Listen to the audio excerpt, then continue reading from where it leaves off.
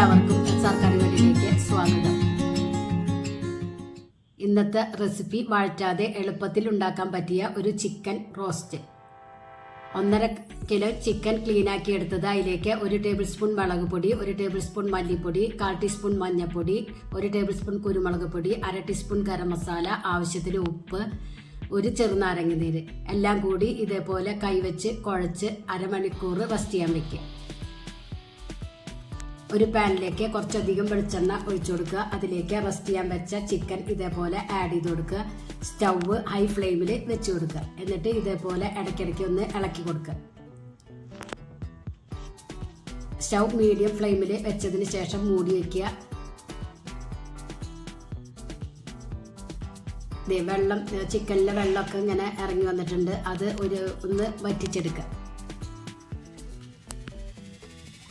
അതിലേക്ക് 2 സവോള പൊടിയായി അരിഞ്ഞതും, 1 തുടം വെളുത്തുള്ളി ഇതേപോലെ നടുക്കീറിയത്, 1 വലിയ കഷ്ണം ഇഞ്ചി ഇതേപോലെ അരിഞ്ഞത്, 4 പച്ചമുളക് ആഡ് ചെയ്ത് കൊടുക്കുക. എന്നിട്ട് നല്ലവണ്ണം ഇളക്കി യോജിപ്പിക്കുക. വീണ്ടും മൂടി വെച്ച് കൊടുക്കുക. ചിക്കനിലത്തെ വെള്ളമൊക്കെ നല്ലവണ്ണം വറ്റിച്ചെടുക്കുക.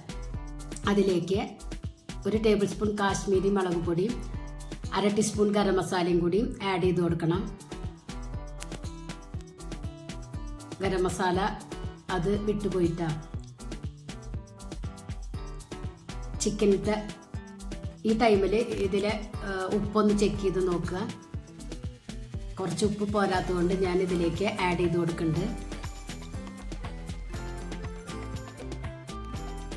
എന്നിട്ട് നല്ലവണ്ണം ഇളക്കി യോജിപ്പിക്കുക.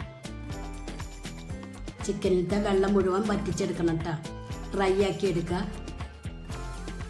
ഡ്രൈ ആയി വരുന്ന പരുവത്തിലേക്ക് അതിലേക്ക് കറിവേപ്പിലയും മല്ലിയിലയും ആഡ് ചെയ്ത് കൊടുക്കുക. എന്നിട്ട് സ്റ്റൗ ഓഫ് ചെയ്യുക. അടിപൊളി ചിക്കൻ റോസ്റ്റാണ് കേട്ടോ. എല്ലാവരും ഒരു പ്രാവശ്യമെങ്കിലും ട്രൈ ചെയ്ത് നോക്കി ഫീഡ്ബാക്ക് അറിയിക്കുക. നിങ്ങൾക്ക് ഈ ചാനൽ ഇഷ്ടമാവുകയാണെങ്കിൽ സബ്സ്ക്രൈബ് ചെയ്യുക, ലൈക്ക് ചെയ്യുക, ബെല്ലൈക്കൺ ഒന്ന് അമർത്തുക. അപ്പോൾ ഞാനിടുന്ന ഇതേപോലെയുള്ള വീഡിയോസ് നിങ്ങൾക്ക് കിട്ടുന്നതാണ്. Thank you.